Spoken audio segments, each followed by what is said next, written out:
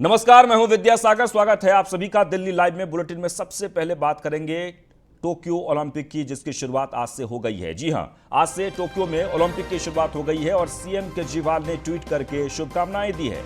Team India को बहुत बहुत शुभकामनाएं। खिलाड़ी अपना प्रदर्शन कर मेडल दिलाएंगे। सीएम केजरीवाल ने अपने ट्वीट में लिखा है कि आज से टोक्यो में ओलंपिक की शुरुआत हो गई है। हम सभी भारतवासियों के प्यार और उम्मीदों के साथ हमारे सभी खिलाड़ी अपना सर्वश्रेष्ठ प्रदर्शन कर देश को ज्यादा से ज्यादा मेडल दिलाएंगे। टीम इंडिया को बहुत बहुत शुभकामनाएं।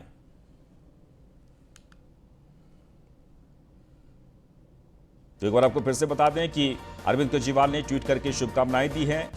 टोक्यो में ओलंपिक की शुरुआत आज से हो गई है और टीम इंडिया को शुभकामनाएं अरविंद केजरीवाल की तरफ से, न्यूज इंडिया की तरफ से भी बहुत बहुत शुभकामनाएं। हम उम्मीद करते हैं कि टीम इंडिया बेहतर प्रदर्शन करेगी। तो एक बार आपको फिर से बता दें कि टोक्यो ओलंपिक की शुरुआत आज से हो गई है और लगातार शुभकामनाओं का दौर भी जारी है। सीएम अरविंद केजरीवाल ने शुभकामना दी है, खासकर ट्वीट करके उन्होंने टीम इंडिया को बहुत बहुत शुभकामनाएं दी है। खिलाड़ी अपना प्रदर्शन कर मेडल दिलाएंगे, ये बातें उन्होंने ट्वीट करके शुभकामनाएं दी है। चलिए आगे बढ़ते हैं। उत्तरी दिल्ली नगर निगम वार्ड नंबर 17 में बने होटल साई पैलेस पर निगम कर्मचारी हथौड़ा चलाने पहुंचे। होटल के छज्जे के छोटे से हिस्से को तोड़कर वापस लौट गए। इस पर आदर्श नगर विधायक पवन शर्मा ने निगम पर आरोप लगाते हुए कहा कि इस बिल्डिंग की पहले भी शिकायतें आती रही हैं। निगम इस पर कार्रवाई के नाम पर खानापूर्ति करते हैं और रिश्वत लेकर कार्रवाई को ठंडे बस्ते में डाल देते हैं। निगम भ्रष्टाचार का अड्डा बन चुकी है और इसी तरह की अवैध बिल्डिंग पंचवटी, महिंद्रा पार्क और आदर्श नगर इलाके में धड़ल्ले से बनाई जा रही है, जिन पर निगम कोई कार्रवाई नहीं कर रहा। और इसी तरह से भ्रष्टाचारों को निगम से खत्म करने के लिए लगातार आम आदमी पार्टी आवाज उठा रही है।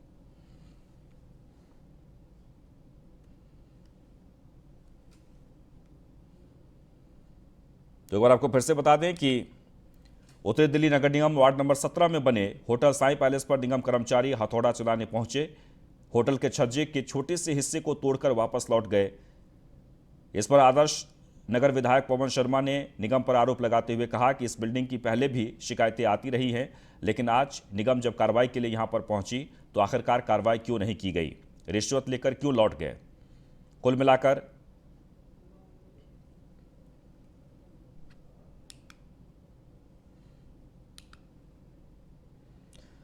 चलिए आगे बढ़ते हैं। दिल्ली के जय कालका माता मंदिर समिति ने पेड़ों का जन्मदिन मनाया है। कालका माता मंदिर समिति के अध्यक्ष ओम प्रकाश बेरवा ने पेड़ों का जन्मदिन मनाया। दरअसल ओम प्रकाश बेरवा पिछले कई सालों से पौधे लगाने का बीड़ा उठा रखा है और साथ ही साथ उनकी देखभाल की जिम्मेदारी भी जय कालका माता मंदिर समिति के लोग करते हैं। ओम प्रकाश बेरवा ने बताया कि हम हर साल जो पौधे लगाए जाते हैं उन पौधों का जन्मदिन धूमधाम से मनाते हैं और इस साल भी हमने पौधों का जन्मदिन मनाया है। इस कार्यक्रम में सम्मिलित हुए बीजेपी के प्रदेश मंत्री मोहनलाल दायमा ने कहा कि जिस प्रकार से कोरोना काल में ऑक्सीजन की कमी की वजह से लोगों ने परेशानियों का सामना किया है, वो परेशानी पेड़ पौधों की देखभाल करके दूर हो सकती है।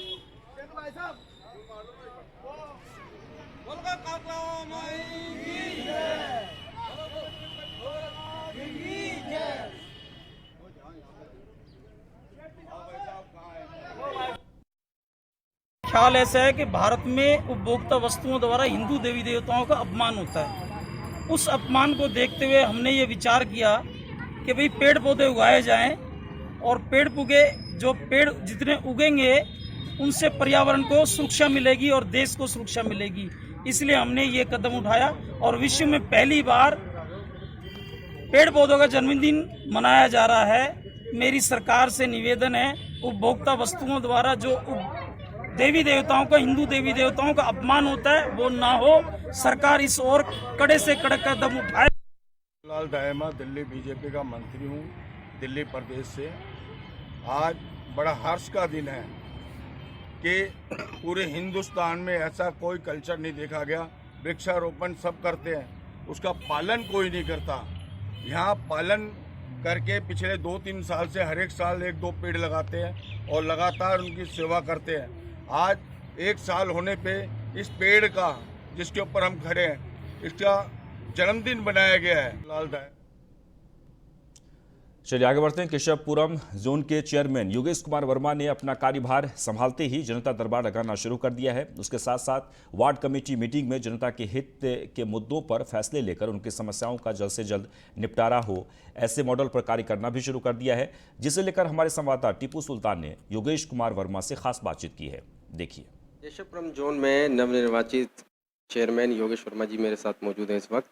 और जब से योगेश वर्मा जी ने कार्य पदभार संभाला है, तब से ही धड़ाधड़ जनता के हित के लिए फैसले लिए जा रहे हैं, जनता दरबार लगाया जा रहा है और जो भी लोगों की जो समस्या है उन समस्याओं को लेकर के वार्ड कमेटी मीटिंग को भी किया जा रहा है। इन सारी चीज़ों को लेकर के क्या उद्देश्य है, योगी जी से सीधा पूछेंगे। देखिए, ऐसा है कि जब से मैंने चेयरमैन के रूप में पदभार संभाला है, मैंने सभी अधिकारियों के साथ बात की है। उन अधिकारियों को निर्देशित किया है कि हमें अपने जोन को स्वच्छ बनाना है, सुंदर बनाना है, मलबा मुक्त बनाना है, गंदगी ना हो, सफाई की व्यवस्था पूरी हो, नाली सारी साफ हो क्योंकि मॉनसून सेशन आ रहा है। साथ में अन्य भी सुविधाएं जो नगर निगम देती है उन सब में हम किसी प्रकार की कोताही ना बरतें। तो मैंने प्रत्येक अधिकारियों को बुलाकर यहाँ पर निर्देशित किया है कि पूरे वार्ड के अंदर कहीं पर भी अगर आपको मलबा पड़ा हुआ दिखता है तो वो मलबा इमीडिएटली उठाया जाए। अगर वहाँ वो जो रोड है वो पीडब्ल्यूडी का है तो पीडब्ल्यूडी के अधिकारियों को भी बताया जाए कि ये यहाँ से मलबा हटाया जाए, जिससे कि हम प्रदूषण को भी कम कर सकें और उसके साथ साथ अपने क्षेत्र को साफ और सुंदर रख सकें। योगी जी, कुछ ही समय हुआ है आपको सीट पे बैठे हुए और आते के साथ ही आपने पब्लिक के बीच में जनता दरबार लगा दिया और बताया जा रहा है कि पूरे साल में ये लगाया जाएगा और जनता से सीधा रूबरू होकर के अधिकारी वहाँ बैठेंगे और अपनी समस्याओं को सीधा समाधान पे लाएंगे। तो ये क्या है? देखिए, ऐसा है कि मैंने पिछले 10 दिनों के अंदर कुछ चीज़ें महसूस की कि कुछ लोग आते थे और वो जब आते हैं तो उन्हें अधिकारी नहीं मिलते थे। अब अधिकारी भी किसी न किसी काम से किसी ऑफिस में गए हैं या अपने काम से कहीं गए हुए हैं, तो एक दिन तय होना चाहिए कि जब सभी अधिकारी वहाँ पर उपस्थित हों, जनता की समस्या का हफ्ते में तो एक दिन उनको मिलकर समाधान हो जाए। तो वो एक दिन हमने मंगलवार तय किया कि 2 से 4 बजे तक कोई भी व्यक्ति आए, हमारे अधिकारी यहाँ पर उपस्थित रहेंगे तो हम उनको ये बता सकेंगे कि आपका जो ये काम है ये तुरंत आपको करना है। तो उसके पीछे सोच यही थी कि कुछ कार्य ऐसे होते हैं जो हमारे निगम पार्षद तो अपने ऑफिस से बैठकर करते ही हैं, चाहे वो जनता की सेवा हो या उनके जो भी काम हो, लेकिन कुछ कार्य ऐसे होते हैं जो फाइलों से संबंधित होते हैं। अब वो फाइल कोई भी निगम पार्षद अपने ऑफिस में नहीं मंगवाता या नहीं मंगवा सकता, तो ऐसे में अगर वो फाइल लेकर जोन कार्यालय के अंदर आ जाएंगे तो हम वहाँ बैठकर उस फाइल में कहकर कि इसका कार्य तुरंत किया जाए। अगर उस फाइल के अंदर कोई डेफिशिएंसी है, कुछ कमी है, तो वो कागज लेकर आए तो उसको लगाकर उसका समाधान किया जाए। वहीं पूर्वी दिल्ली नगर निगम के मेयर श्याम सुंदर अग्रवाल ने हेल्पलाइन नंबर जारी किया है, जिस पर कॉल करके आम जनता अपनी परेशानियां बताती है। श्याम सुंदर अग्रवाल का दावा है कि अब तक आई शिकायतों में ज्यादातर शिकायतों का समाधान हो चुका है और इसी को लेकर हमारे संवाददाता जिब्रान खान ने नगर निगम मेयर श्याम सुंदर अग्रवाल से खास बातचीत की। बढ़ सकता था सर, ये अक्सर देखा जाता है कि एमसीडी आम आदमी पार्टी के बीच में ये कॉन्फ्लिक्ट रहता है कि आम आदमी पार्टी हमें काम नहीं करने देती है। हमने ये नहीं कहा कि आम आदमी पार्टी काम नहीं करने देती। हम तो कहते हैं दिल्ली सरकार जो हमें फंड उपलब्ध करवाना है, जो उसकी जिम्मेदारी बनती है वो हम फंड देना। काम तो हमने बिना पैसे के भी कम पैसे वो काम किया है जो कि दिल्ली सरकार पैसे उपलब्ध होने के बाद भी काम नहीं कर पाए। एक हॉस्पिटल खोला तो बता दीजिए, एक उन्होंने स्कूल बनाया तो बता दीजिए। हमारे सभी स्कूलों की बिल्डिंगें नहीं बन गई हैं, हमारे हॉस्पिटल में काम चल रहा है। जितना काम हम लोगों ने किया, अभी चांदी वाला हॉस्पिटल का हमने उद्घाटन किया है। फंड की कमी के बावजूद, सीमित साधनों के बावजूद जो पूरी दिल्ली नगर ने काम किया है वो ऐतिहासिक है। हम तो कहते हैं जो हमारे हिस्से फंड है, जो आपका देना जिम्मेदारी बनता है, उसको समय से दीजिए। हम तो इससे भी अच्छा काम करके दिखाएंगे। आपके बस की काम नहीं है, आप क्या बातें करते हैं, विज्ञापन करते हैं, विज्ञापन के अलावा कुछ नहीं आता। हम लोगों के पास तो पैसे ही नहीं है, विज्ञापन कहाँ से देंगे? वो काम करते नहीं है, विज्ञापन पहले देते हैं। उन्होंने कहा हम बच्चों को लोन देंगे, एजुकेशन, कितने बच्चों को लोन दिया बता दें। वो जितना लोन नहीं दिया उससे 100 गुना उन्होंने विज्ञापन में खर्च कर दिया। सार्थकता देखनी चाहिए कि सार्थक क्या हुआ है। विज्ञापन देने कुछ नहीं होता। कोरोना काल में बता दीजिए कि सीएम साहब कहाँ थे, डिप्टी सीएम कहाँ थे या दूसरे लोग कहाँ थे? कहीं सड़कों पे दिखाई दिए, केवल टीवी पे दिखाई देते थे या विज्ञापन में दिखाई देते थे। लेकिन हमारा एक एक पार्षद, हमारा एक एक नेता सड़कों पे था, लोगों के साथ कंधे से कंधा मिला के काम कर रहा था। सर उपचुनाव अभी रिसेंटली हुए थे आपके मेयर बनने से थोड़े दिन पहले, जिसमें 5 सीटों पर चुनाव हुए हैं, लेकिन भारतीय जनता पार्टी के हिस्से में एक भी सीट नहीं आई। देखिए, उपचुनाव और जनरल चुनाव में बहुत फ़र्क होता है। ये तीनों ही सीटें विपक्ष के पास थी, अभी विपक्ष के पास है। बल्कि मैं तो ये कहूँगा कि जो आम आदमी पार्टी की सीट थी, वो सीट भी उनसे कांग्रेस ने छीन ली। तो चुनाव के रिजल्ट बदलते रहते हैं। जो आम चुनाव होगा, जनरल चुनाव निगम का चुनाव होगा, तो आप देखना वहाँ बहुत अच्छा रिजल्ट आएगा। वहीं दिल्ली के सुल्तानपुरी पुलिस को बड़ी सफलता हाथ लगी है। पुलिस ने 2 लुटेरे और एक डीलर को गिरफ्तार किया है। इनके पास से 31 मोबाइल फोन, एक चाकू और बाइक बरामद की गई है। आरोपियों से पूछताछ में पता चला कि ये लोग नशे की लत को पूरा करने के लिए चोरी की वारदात को अंजाम देते थे।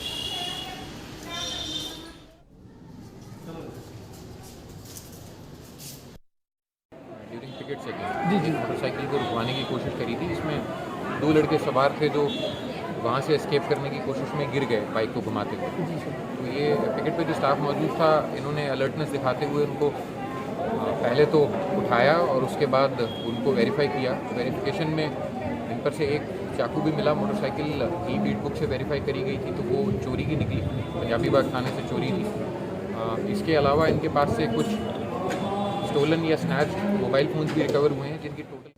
तो भारतीय रेलवे माल गोदाम श्रमिक संघ से जुड़े श्रमिकों के लिए केंद्र सरकार द्वारा कई सुविधाओं का उपहार दिया गया है, जिसके लिए सरकार द्वारा पंजीकरण की शुरुआत की गई है।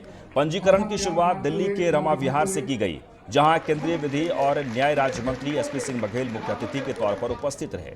साथ ही इस दौरान लोकसभा सांसद जगदम्बिका पाल भी मौजूद रहे। इस मौके पर राज्य मंत्री एसपी सिंह बघेल ने श्रमिकों को मिलने वाले फायदे के बारे में बताया। साथ ही केंद्रीय राज्य मंत्री ने केंद्र सरकार की उपलब्धियों को भी लोगों तक पहुंचाने का काम किया।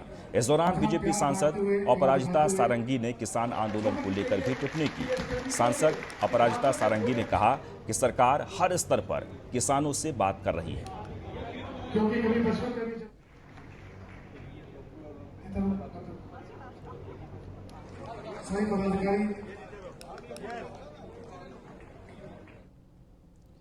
और इस बीच हमारे संवाददाता संदीप राणा ने एसपी सिंह बघेल से खास बातचीत की, सुनिए। प्रधानमंत्री जी का, श्रम मंत्री जी का आभार कि रेलवे के माल गोदाम के श्रमिकों को जो लोड अनलोड का काम करते थे, श्रमिक में उनका पंजीकरण हो रहा है। जब पंजीकरण हो जाएगा तो श्रमिकों को दी जाने वाली तमाम सुविधाएं, लड़कियों की शादी में, छात्रावास के लिए वजीफा है, हर क्लास में कक्षा 1 से लेकर पीजी तक को जैसे हमने बताया 1 से लेकर 5 तक 150 रुपये, 5 से 8 तक 200 रुपये, स्कूल सेंटर 300 रुपये, 800 रुपये ITI में, पॉलिटेक्निक में ITI में 800, पॉलिटेक्निक में 3000, इंजीनियरिंग में 5000, मेडिकल में 12000 रुपये, रिसर्च में, हाई स्कूल इंटर करके 3500 रुपये साइकिल के लिए। सुविधाएं बता रहे हैं सर, ये सुविधाएं लागू कर दी गई है, लागू की जाएंगी। और क्या क्या सुविधाएं श्रमिकों के लिए देंगे आप? क्या उसके बाद एक्सीडेंटल डेथ अगर होती है, सांप से काटने से, एक्सीडेंट होने से, मर्डर होने से, पानी में डूबने से, में दबने से, सांड के मारने से, तो 5 लाख रुपए, और स्थायी दिव्यांगता पर 3 लाख और अस्थायी पर 2 लाख रुपए। ये श्रमिकों के थोड़े जीवन को सुरक्षित करने का काम किया। तो ये थे हमारे साथ एसपी सिंह बघेल जी, राज्य मंत्री। तो आपने देखा कि उन्होंने श्रमिकों के लिए सुविधाएं जो कि लागू की हैं, उनको लागू हो चुकी हैं, और भी उनके लिए प्रस्ताव जो कि इस लोकसभा सत्र में किए जाएंगे। News 1 India. चलिए आगे बढ़ते हैं। फरीदाबाद के हरकेश नगर में एक महिला पर उसके पति ने ही बेरहमी दिखाते हुए तेजाब और गर्म तेल फेंक दिया है। महिला के पड़ोसियों ने दिल्ली महिला आयोग को घटना की जानकारी दी, जिसके बाद उसे सफदरजंग अस्पताल में भर्ती कराया गया है। मामले की जानकारी मिलते ही दिल्ली महिला आयोग की अध्यक्षा स्वाति मालीवाल लड़की से मिलने अस्पताल पहुंची। अस्पताल के डॉक्टरों ने बताया कि लड़की का चेहरा 35% झुलस गया है और वो अभी बातचीत करने की हालत में नहीं है। वहीं स्वाति मालीवाल ने कहा कि मैं उससे अस्पताल में मिली और उसकी हालत देखकर दिल सहम गया है। इस देश में किसी को कानून का डर नहीं है।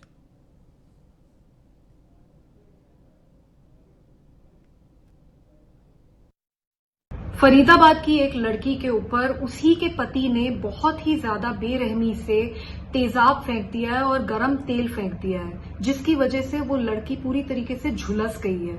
मैं उससे सफदरजंग अस्पताल में मिलने गई थी। उस लड़की की हालत बहुत खराब है, चेहरा पूरी तरीके से झुलस गया है। अभी ये तक नहीं पता कि उसकी आंखें बच पाएंगी या नहीं, या वो भी बच पाएगी या नहीं। काफी समय हो गया है, अभी तक एफआईआर दर्ज नहीं हुई है। मैं चाहती हूं कि वो तुरंत एफआईआर दर्ज करें और उस आदमी को तुरंत अरेस्ट करें। तो एक बार आपको फिर से बता दें कि पति ने ही बेरहमी दिखाते हुए पत्नी पर तेजाब फेंक दिया है, जिससे 35% महिला झुलस गई है। फिलहाल अस्पताल में भर्ती है।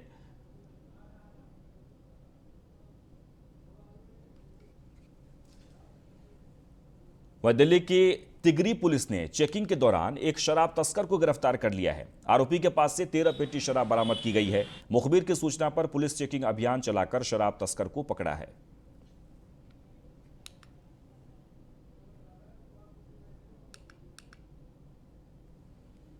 तो दिल्ली पुलिस को बड़ी सफलता मिली, जहां एक शराब तस्कर को पकड़ा गया है। आपको बता दें कि आरोपी से 13 पेटी शराब भी बरामद हुई है। फिलहाल पुलिस इस आरोपी से लगातार पूछताछ कर रही है।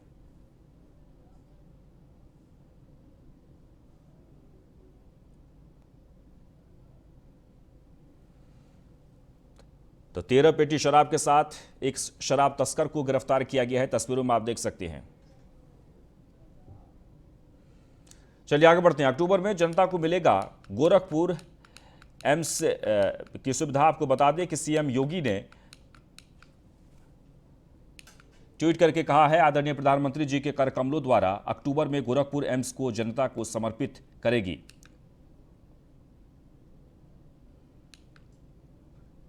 तो एक बार आपको फिर से बता दें कि गोरखपुर वासियों के लिए यह खुशखबरी है।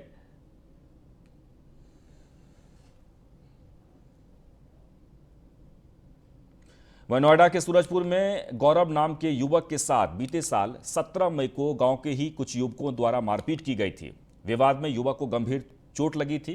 मामले में पुलिस ने कार्रवाई करते हुए सचिन नाम के युवक को जेल भेज दिया है, मगर 2 युवकों को पकड़ने में पुलिस अभी भी नाकाम रही है। लिहाजा पुलिस कार्रवाई में तेजी की मांग के लिए ग्रामीणों ने सूरजपुर थाने पर प्रदर्शन किया और जल्द से जल्द आरोपियों की गिरफ्तारी की मांग की है। मामले में पुलिस का कहना है कि जांच जारी है, जिसके बाद आगे की कार्रवाई की जाएगी।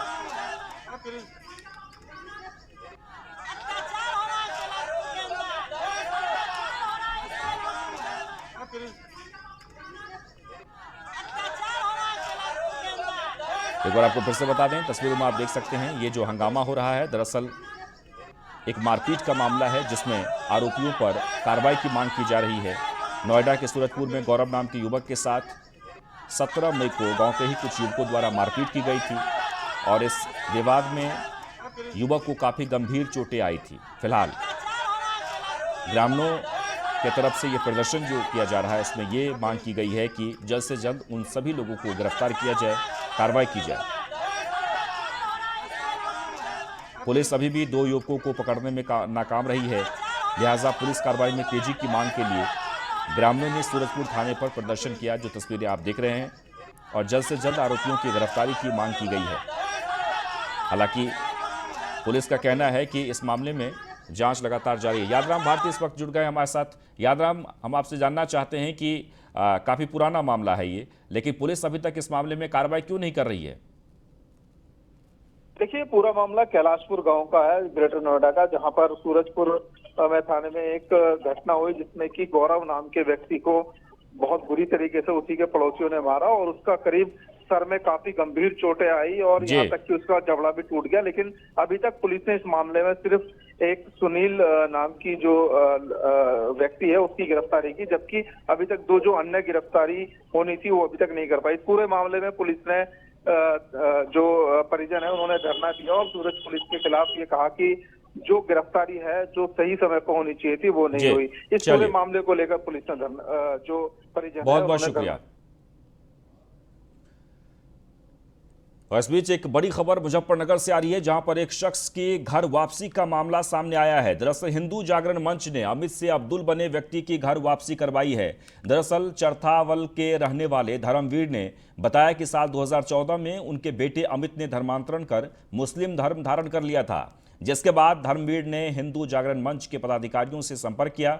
पदाधिकारियों ने मामला प्रशासन तक पहुंचाया, जिसके बाद अब्दुल बने अमित को थाने में बुलाया गया और फिर उसकी घर वापसी कराई गई। अमित नाम का युवक 2014 के अंदर अपना घर परिवार छोड़कर इस्लाम धर्म कबूल कर अब्दुल बना था और बहुत से लोगों ने जबरन उसे डरा धमकाकर लालच देकर, हूर का लालच देकर, पैसों का लालच देकर उसे इस्लाम धर्म कबूल कराया था, अब्दुल बनाया था। अपने माँ बाप से झगड़ के घर पे चला गया था और इस्लाम मज़हब कबूल कर लिया था। फिर मैं रास्ता भटक गया था, इसलिए से मैंने इस्लाम कबूल किया। अब आज जो है मेरे माँ बाप ने तहरीर दी है और पुलिस प्रशासन की वजह से मैं आज अपने माँ बाप से मिल पाया हूँ। मैं माँ बाप के पास जा रहा हूँ।